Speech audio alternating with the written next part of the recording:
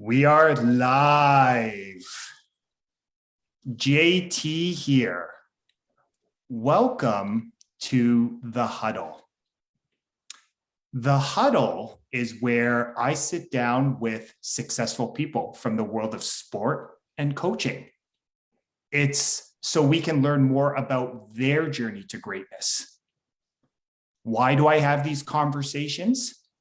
Because success always leaves clues. I just want to welcome all of you, whether you are tuning in live in the Facebook community, whether you're watching the replay, whether you're listening to it on the podcast. Thank you so much for choosing to invest your time into energy into being here with me and my special guest today. My guest today is someone who I've, met a few years ago, even though it was over text. And, one of the beautiful things about life that I've come to learn is life is all about divine timing. And I'm so grateful that he was able to carve out some time for us today in the huddle. My guest today is the head coach of St. Thomas More Knights out of Hamilton, Coach Claudio Silvestri. How are you today, Coach? Great, Coach. Honored to be here. Thanks for having me. Definitely. Coach, what I want to do before we get kicked off here is I just really want to take a moment just to send you some appreciation, some gratitude. The one thing that I have really come to admire about you, and again, watching especially from the outside in, is just how the consistency at which you do things. And not only for yourself, but with your coaches, with your players and the football program. So again, I just really wanted to take a moment just to send you some gratitude and acknowledge you for the great work you're doing. I thank you for those kind words. And, I'd like to say consistency the way we do it, because there's a lot of great people and coaches that are part of this that maybe they aren't known, but just a wonderful group of people to work with. I love that. Again, great sign of a great leader that's always willing to acknowledge those that are helping create the vision. Okay. Thank you. So in the huddle, Coach, I always like to start off light. The reason being, life is a game and games are supposed to be fun. So what I am curious to know is there a interesting fact, maybe an interesting quirk that you have that maybe not a lot of people know about you that you would feel comfortable sharing with the community? You're putting me on the spot. Coming from an background, I love my food, and probably one of my passions outside is cooking. Love to cook, love to eat good food. Also a big part of my life. Okay. I love it. Good food. Now I'm curious, is there what's the go-to meal if you could have that one meal that just brings you the most amount of joy? What would that be?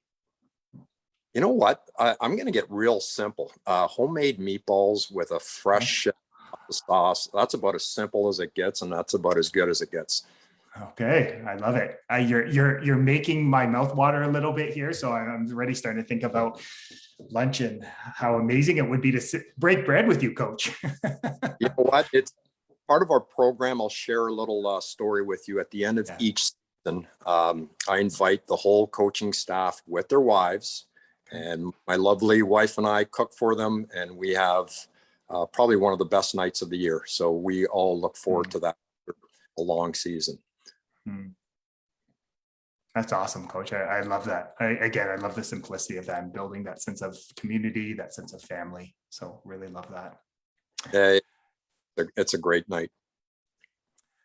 So I'm curious, Coach, you have performed you've competed at a high level, first as an athlete and then as a coach. And I'm curious, what role has sport played for you in your life? And what is maybe the biggest takeaway life lesson that you've really embedded into your life? That's a great question. Football and sport has really motivated me. And we share this with our players on a consistent basis. It motivated me academically. As a high school student, maybe I wasn't as focused as some of the pure academics. I knew I had it in me. And then, you get thinking to yourself, what, if I get my academics in gear, I can get to that next level, play at the university level. And we inspire kids to do the same. We have so many great stories of kids maybe in the same shoes. And then, that light goes on. And you know what, maybe if I put some effort into my studies, I can get to that university level. And it's been consistent year in and year out. One of our proudest moments as a coaching staff is when we see those kids go on to that next level, get that university education and excel. It really is a championship for us when we see that happening. So it motivated me, to get into university, to get into teaching. I had a lot of great coaches along the way, great high school coaches. And I had the honor to play for Bernie Custis, who's had an incredible impact on my life and our coaching style at STM.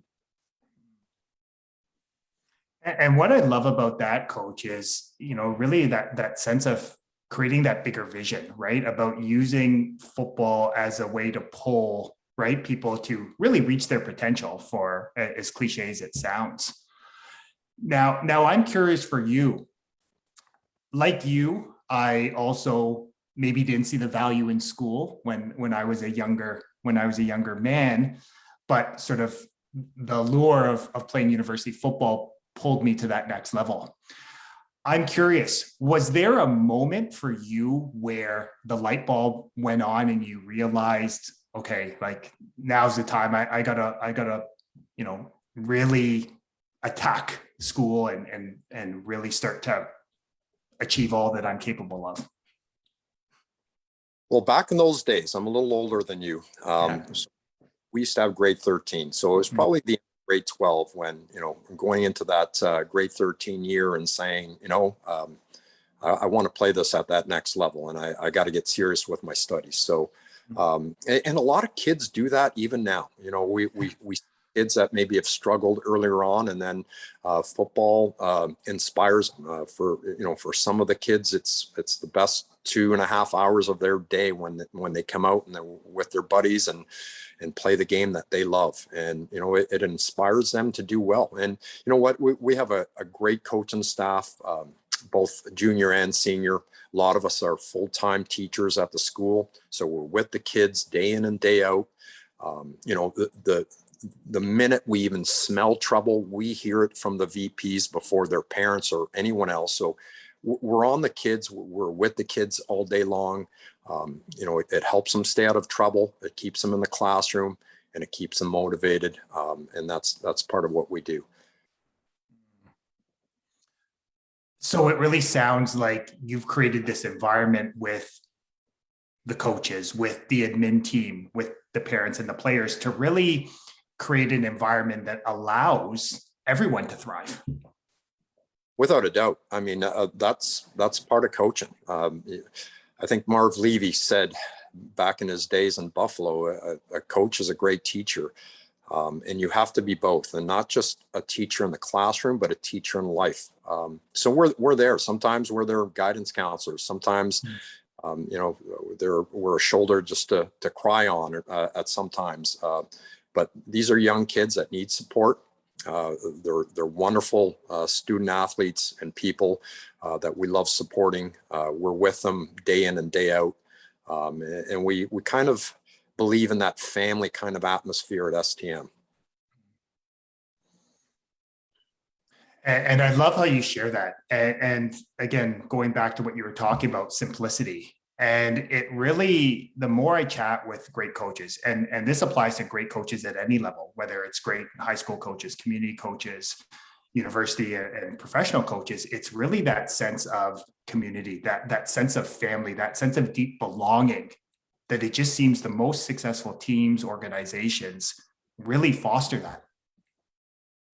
We go to a lot of coaching clinics and pick up little things every day. And I remember a coach, he was the head coach of the high school that won, I think, 3 or 4 state championships in Hawaii.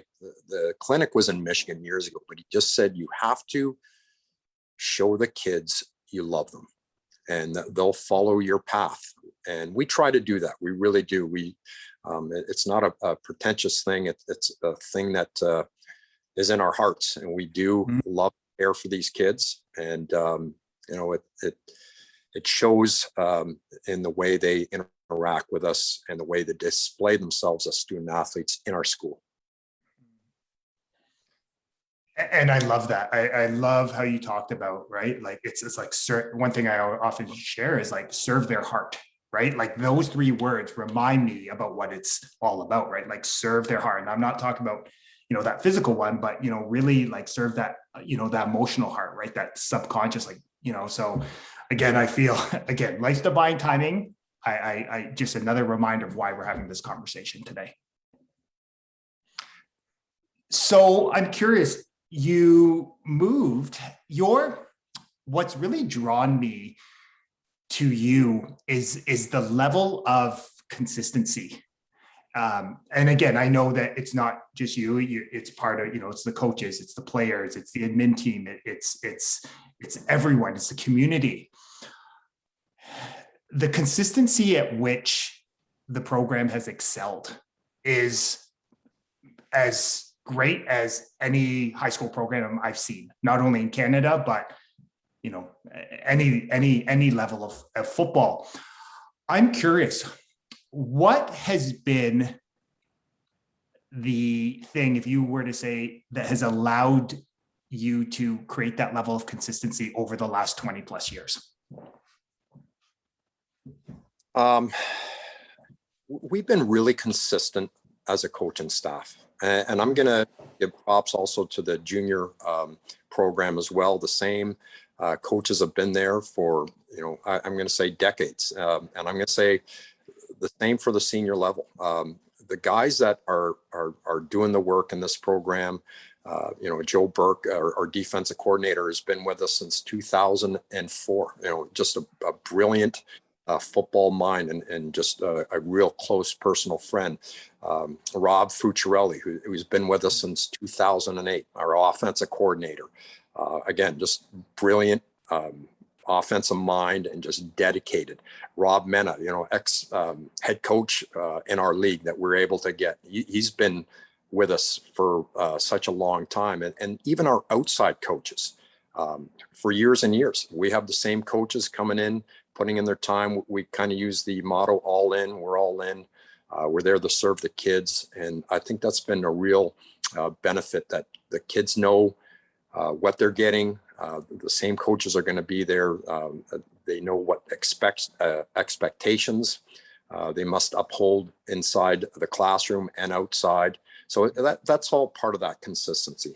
Just a great coaching staff and great close friends of mine that I hold dearly in my heart. So what I heard from you is it's that, that Woody Hayes book, right? You win with people. Oh, right? Without a doubt.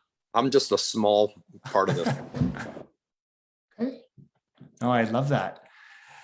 Now, one thing I'm curious about is, depending on when people are watching or listening to this, the Olympics here, we're in the middle of it, the 2020 Olympics. And it's really brought up some interesting conversations around this idea of mental health, right? Around this holistic approach to really bringing out the best in athletes. Now, I'm curious from you, has the athlete, the 21st century, have you noticed a shift? Have you noticed that it's changed at all? Or is it really still, do the fundamentals still apply there in terms of how to bring out the best in the athletes? I think the fundamentals are still there, but I do think it's more challenging to be a teenager these days than it was when I was growing up. And a big part of it is the pressures of social media, without a doubt. We didn't have to deal with all of that. And there's a lot that goes on that could be beneficial, but there's also a lot that goes on in social media that really is tough on the kids. It really is.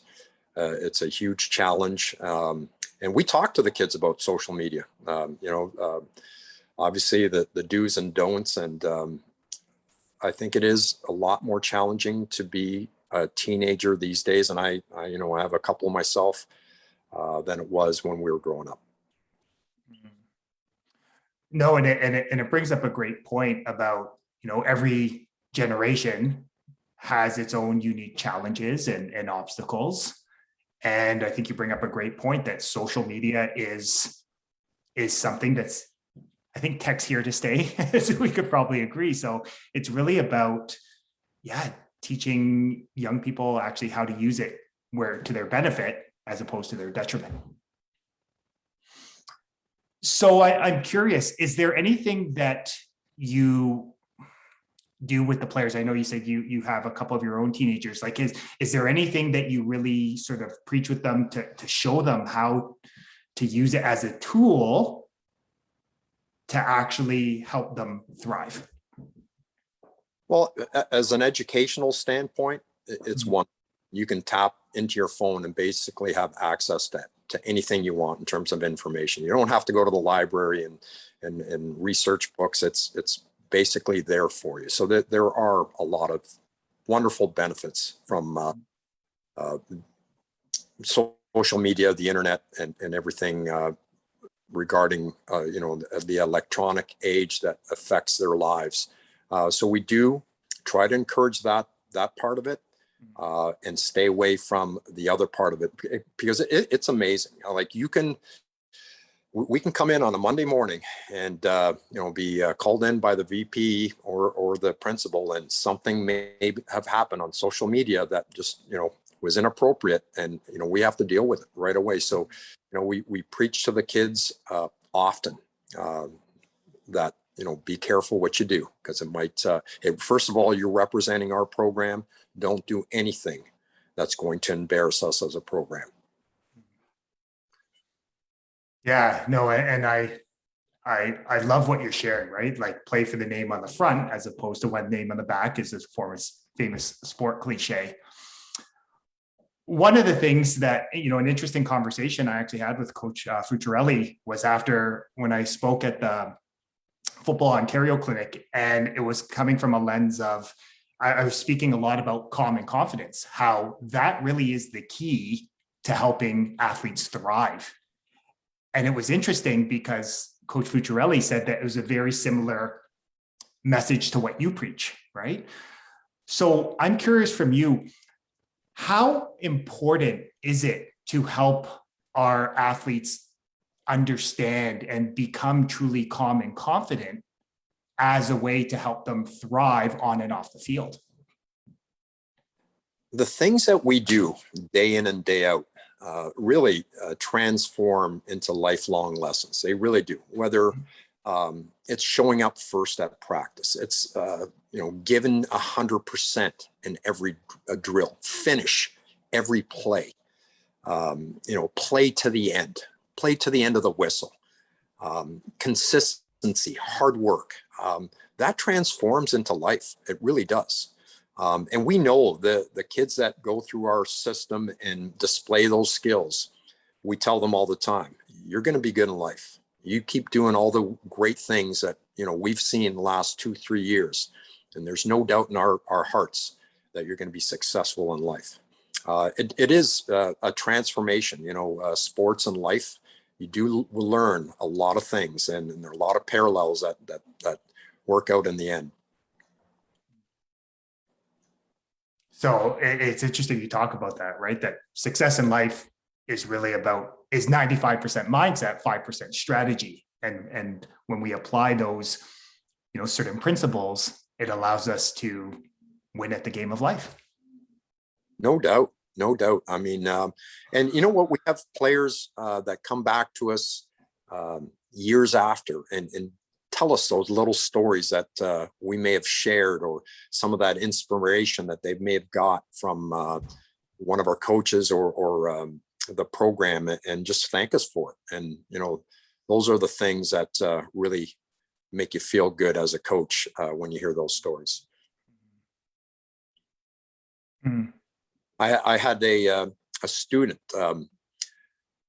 He's been graduated 2 or 3 years, but he had a weight issue, and it's not usually something that you complain about as a big lineman. But he was a student that I love dearly, and he's probably lost about 150 pounds. He's going to be a pilot. He texted me just last week just to give me an update. And he just told me a whole bunch of things that we talked about, and how he's got that part of his life straightened out. And I can't tell you how good that makes you feel inside. It's, I love that you share that, because as you were sharing it, like, I just watched this smile come across your face, where it's really those moments where you realize what coaching, what mentorship, what guidance is really about. It's about helping people get to their next level of greatness, to really tap into their greatness and bring it to the surface. It certainly is. We just had a student of ours graduate from McMaster this spring. And I'll tell you, he's had a real rough go life, to the verge of maybe not even finishing high school. And for him to pick himself up and get himself a university education, the coaches and him, we all met about 2 weeks ago at Rob Fucciarelli's house, just as a get together.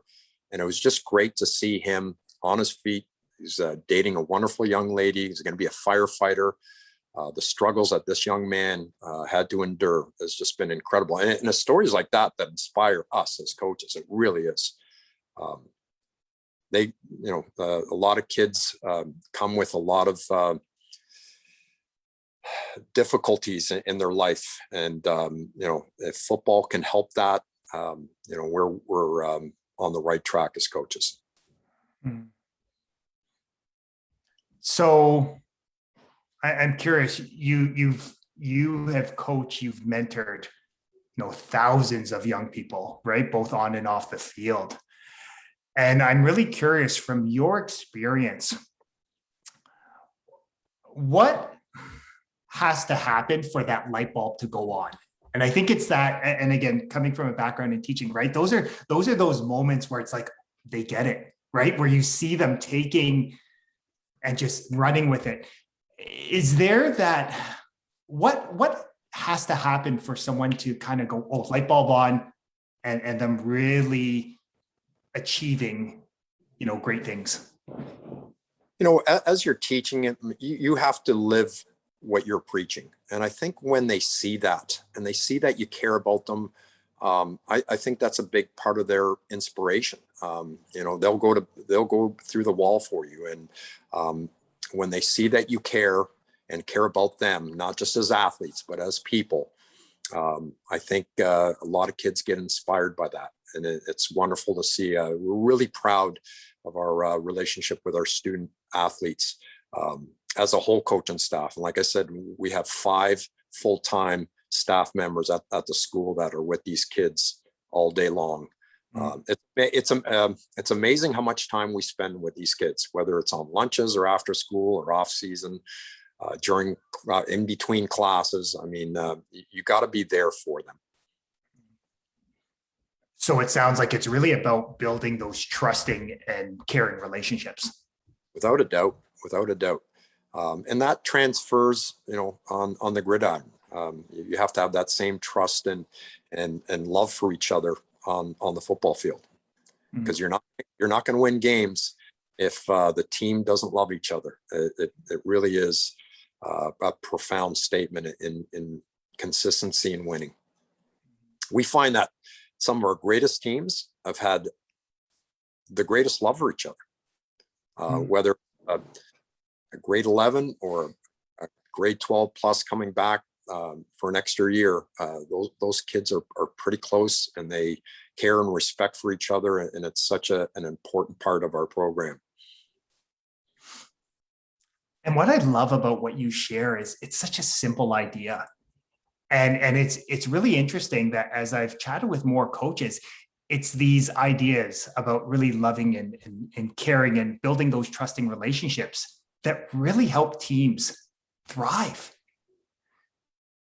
So I'm curious, is that something that you consciously do? Is that just embedded in how you do it? Like, is there anything that you really focus on as a team to build that love, that care, and that trust with your players on an ongoing basis?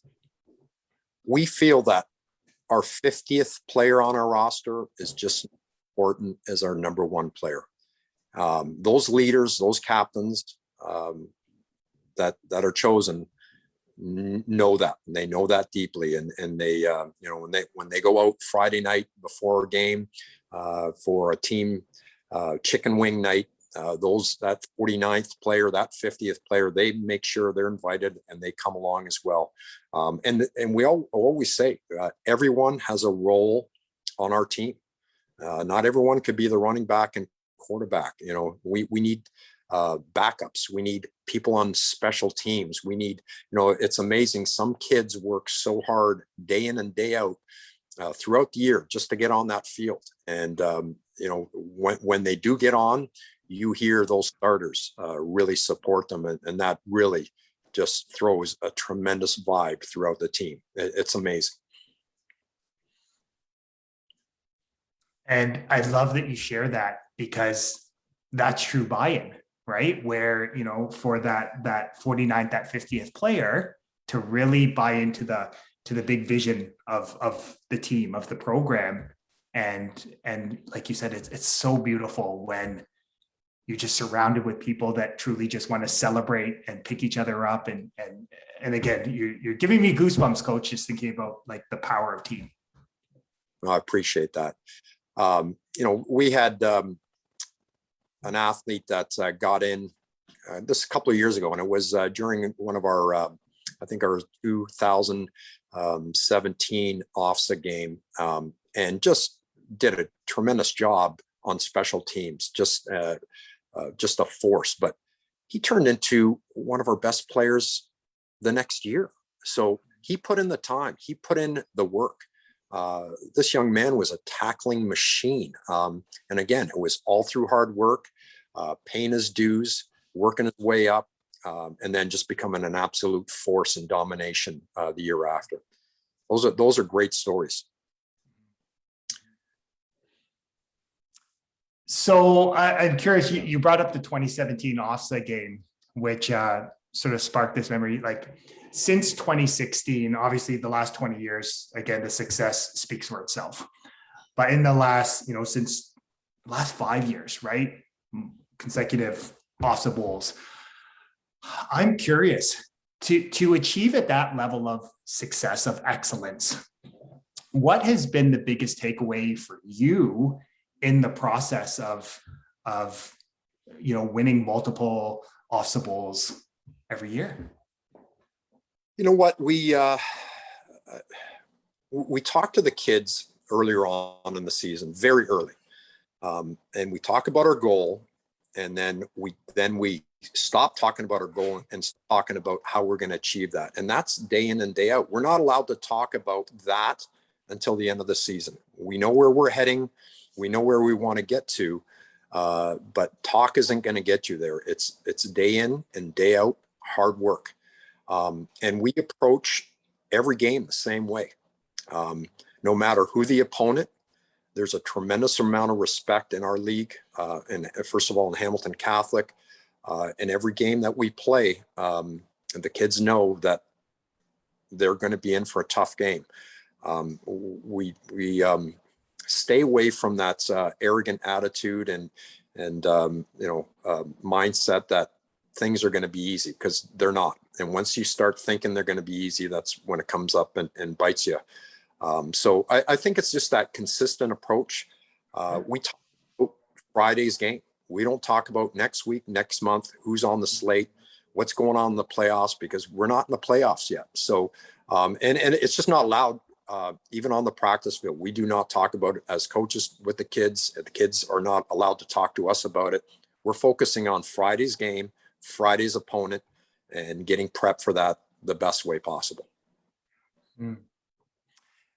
And one word that came up a few times when you were talking about, I love how you talked about it, was focus, right? There are so many things that can get you divided, right? Like it's easy to start talking about OFSA bowls or playoffs or city championships, but really it's about putting in the focus work in this rep, right? Winning the next play that's going to set you up, as you talked about, to actually win on Friday. So I love how you can really see that focusing on process over product.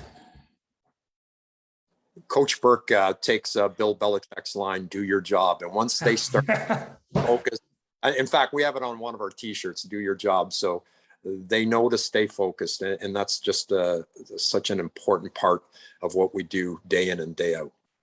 Focus on Friday's game and how are we going to prep ourselves the best way possible. And I'm curious, like that, do your job.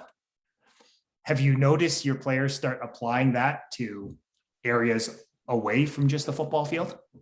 Without a doubt. I mean, I talked about it earlier, Coach, in the classroom, in life, do your job, do what you're supposed to do the right thing, put in the hard work. There's a lot to do your job. There really is.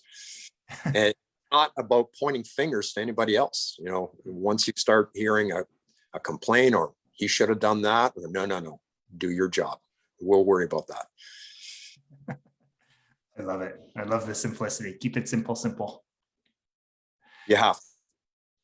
So I'm curious, you've obviously been blessed and to have worked with a lot of great coaches, a lot of great athletes, right? A lot of great students. I'm curious, one of the fundamentals I believe is that everyone has greatness inside of them. So I'm curious, what is the separator between those that achieve greatness versus those that don't? You know, is there something that really separates great athletes, great students, great coaches from ones that maybe don't achieve that level? I think attitude is a huge part of it. You have to have the right mindset, determination, and that's what we try to do as coaches. Is it's easy to coach that perfect athlete. I mean, there's just like that perfect student. We're trying to reach out. You have to reach out to that student that maybe doesn't want to do his homework or doesn't want to do the extra work, and get him to the level where he needs to get to. And that's the challenge we have as teachers and coaches. Like I said, it's easy to coach the great ones. It's ones that need that help and need that pathway, need that drive that you have to reach out to. And I love that you brought up, right, the magic word, attitude. And it's really interesting because I was watching on social media, I observed someone say that not all great players can be great leaders. And, you know, to each their own. I'm really curious. Let's say we have an athlete that maybe doesn't buy in to the team. It's more about me versus we. Can you actually help them understand the importance of having a great attitude and how it benefits everyone as opposed to just me? One of the things that we're really blessed with, as you ask that question, is, I mean, so many kids run through my mind that you just talked about may not have that attitude or that drive. But if you have an environment that really displays all of that, you have those kids coming in that may have been problems, like even students, not just student athletes. They come into grade 11 and then they see that expectation, and they see the kids around them, and they see that leadership around them. And there's that demand. It's just not acceptable to have that attitude that you're bringing right now. And it really does, it pays off in terms of just the whole environment of the team when they see the expectations that are there. It's almost like I don't have a choice but to fall in line and to do my job. Because, hey, listen, if you're coming late to practice, the whole team's going to pay the price. It's not acceptable. So, after one or two times, they know they're coming to practice on time, and they know they're going to be at practice every day. And that's just a demand and expectation that we have. You do not miss practice. You are never late to practice. So would it be fair to say over the long term, if you're consistent with the messaging and having that bigger vision, that attitude reflects from the top down? Without a doubt. Without a doubt. When they come in, and those veterans, they know the expectations, and they see maybe some of the younger kids with a bit of an attitude. It certainly is adjusted real quick. They'll hear it from the guys up top, and they'll hear it from the home team. It's not acceptable. And again, rarely happens, but if there is a student that, does not want to follow the expectations, there are a lot of things you can do in the fall except play football. So, I mean, they know where the writing is on the wall. And what I love about what you share, Coach, is it just brought up a few instances to mind of athletes who maybe for whatever reason didn't see the big picture. But when you love them and you show them like, no, this is, they know that you generally have their best interests at heart, but you maintain those high standards that, hey, this is the bar. We're not setting the bar so low where you trip over it. We're putting this up here so you can rise up. That those are when those moments where that athlete buys in, right? Or that coach buys in, and it's like, it's just amazing to watch. It's funny. We have some kids that are new to the team, and at times they almost, I don't know if they're hesitant about the commitment, but once they see what the expectations are and get to know us as a family of coaches, the relationships that we have with these students are amazing. It's and I love that it comes back to that idea of like really caring for people. And so that really jumps out to me as you share, Coach.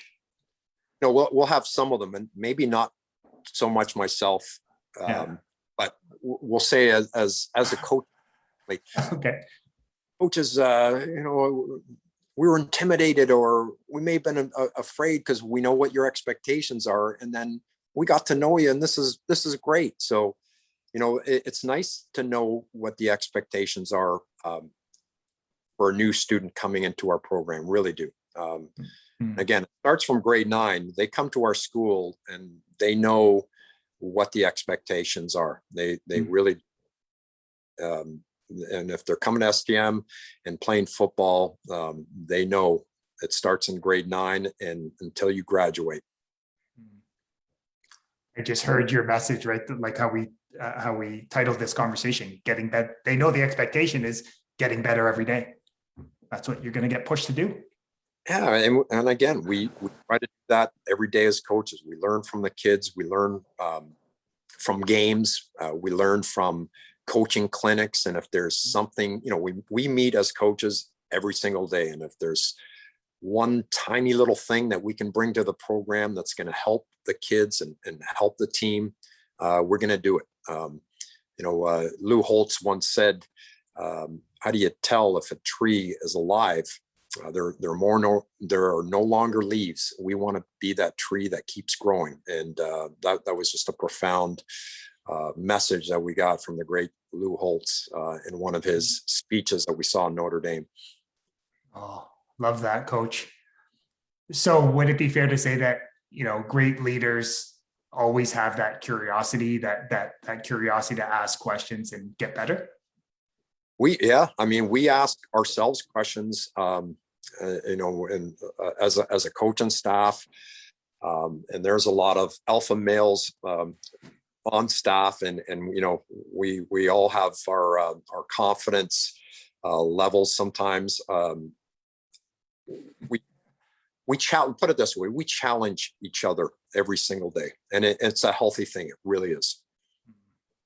Oh, I love that, right? That ability to be calm and confident around other calm and confident people is really what brings out the best in people. Absolutely. I learn from our staff every day, every day. Awesome. So before we were hopping on, I know we were chatting about, and depending when people are watching or listening to this, we're coming out of an interesting time, and it looks like, meaningful football games are going to be played this fall. And I'm just curious, some coaches, some athletes have been away from the game for 2 seasons. So I'm really curious, what is the focus going back in terms of how do we prepare both athletes and coaches to sort of get their feet back under it? Is there something that you as a coaching staff are really focused on moving forward? It's going to be challenging. No one's ever gone through this. No one's ever gone through, a non-season or a year and a half of a worldwide pandemic. Mm-hmm. So there are going to be a lot of nuances for everyone. Usually we're quite prepared and ready by the time September rolls. And we don't have that advantage that we usually have. Once January comes around, we're meeting with our team. We have our off-season workouts every week. We practice once a week until our touch football season starts in the spring. We have a week-long camp in June, followed by a scrimmage. We're all ready to go. We even know our grade 10's coming up. And this year, there's going to be that unknown. So, we're going to use all those fundamentals that we believe in as a coaching staff. And unfortunately, this time we're going to have to start in September rather than January. But the same expectations are going to be there. We're just hoping, and we're getting a lot of positive messages from players that have been in the weight room, even though we haven't been able to monitor them and do the things that we normally do with them. But a lot of it really has been up to the players to try to stay positive and get their bodies in shape for September. Oh, I love that. I love that. Just that understanding that, it's going to be a unique time, and we're going to have to learn, grow, adapt, and innovate. And that's the game of life. Yeah, usually, at this time, in June, we're prepping U.S. rules because we take our states every year. We're starting practice over a week early with those U.S. rules and getting ready for that game in the States. We're not going to have that this year. We're going to be, focusing on just getting in shape and getting ready. I'm hoping, some of those student athletes haven't been playing video games more than they should. Yeah, definitely, Coach. So one last question that I have for you is, challenges, adversity, obstacles are part of the game of life. It's not that we want to expect them, but it's understanding that they will pop up from time to time. So I'm curious, what is one piece of advice, one insight, one suggestion you would give to someone who's maybe experiencing a tough time right now? What is one action that they could take to help get back on their feet so they can start creating some positive momentum and get back on their journey to greatness? Anytime I've encountered students or close loved ones that have been through that sort of situation, I always say, one day at a time. You're not going to fix this problem by snapping your fingers and everything's going to be great tomorrow. You have to work every day, one day at a time, to make things better, little by little, and eventually things are going to get back into place. And you just got to have that consistent momentum day in and day out, and just pull yourself through, pull yourself ahead. Like I said, there's been so much hurt in this world with the COVID and a lot of mental health issues and people that are lonely, people that are sick. It's been such a tough time for the whole world. But the way to get out of this is, being positive and doing the right thing day in and day out, one day at a time, and getting better. I like that. Again, I love the simplicity, Coach, like the focus on getting better every day, and the tide will turn. It will. You just stay positive, do the right thing. Hard work will always pay off in the end. I mean, and these are the things that we talk about on the football field. I love that. So, Coach, I'm curious, what is the best way? Maybe you've really shared something that has really resonated with someone. What is a way people can connect with you and the St. Thomas More football program? In terms of, I'm not sure what you mean, in terms of a student athlete? Yeah, or maybe they just have some questions. Maybe you said something that they would really maybe love to talk to you, or just maybe just seek out advice on something, or maybe they just want to learn more about the football program. Well, as students, we're always accessible. We've had coaches and sometimes parents, even outsiders reach out in terms of email or telephone. We're always accessible. Okay.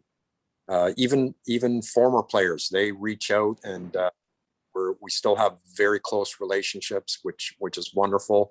Mm-hmm. Probably half of our coaching staff are ex STM football players, alumni. So it's wonderful. We stay close as a family, and we're always there for each other. I love that. Okay. So, Coach, I really want to take a moment. As I said, we came to meet each other over text. But one thing I've always appreciated about you, one thing that I've definitely got a greater sense from this conversation on is just about how you do things the right way. And I really want to take a moment just to acknowledge you for the man you are, the husband, the dad, the coach, the mentor, but just more importantly, the great human being you are. I've really gotten a sense of how consistent that message is, and how you embody that idea of get better every day. So I wanted to thank you for that reminder, Coach. I really appreciate those kind words. Thank you so much, Coach. Okay. So here's my challenge to each of you. Whether you're watching this, whether you're listening to this, Coach shared lots of valuable nuggets of wisdom. But what I want to remind you is that knowledge is potential power. It's the focused application of that knowledge that will allow you to reach your next level of greatness. So take focused action today and do the work. I look forward to chatting with you next time in the huddle. Have a great rest of your day. Thanks, Coach.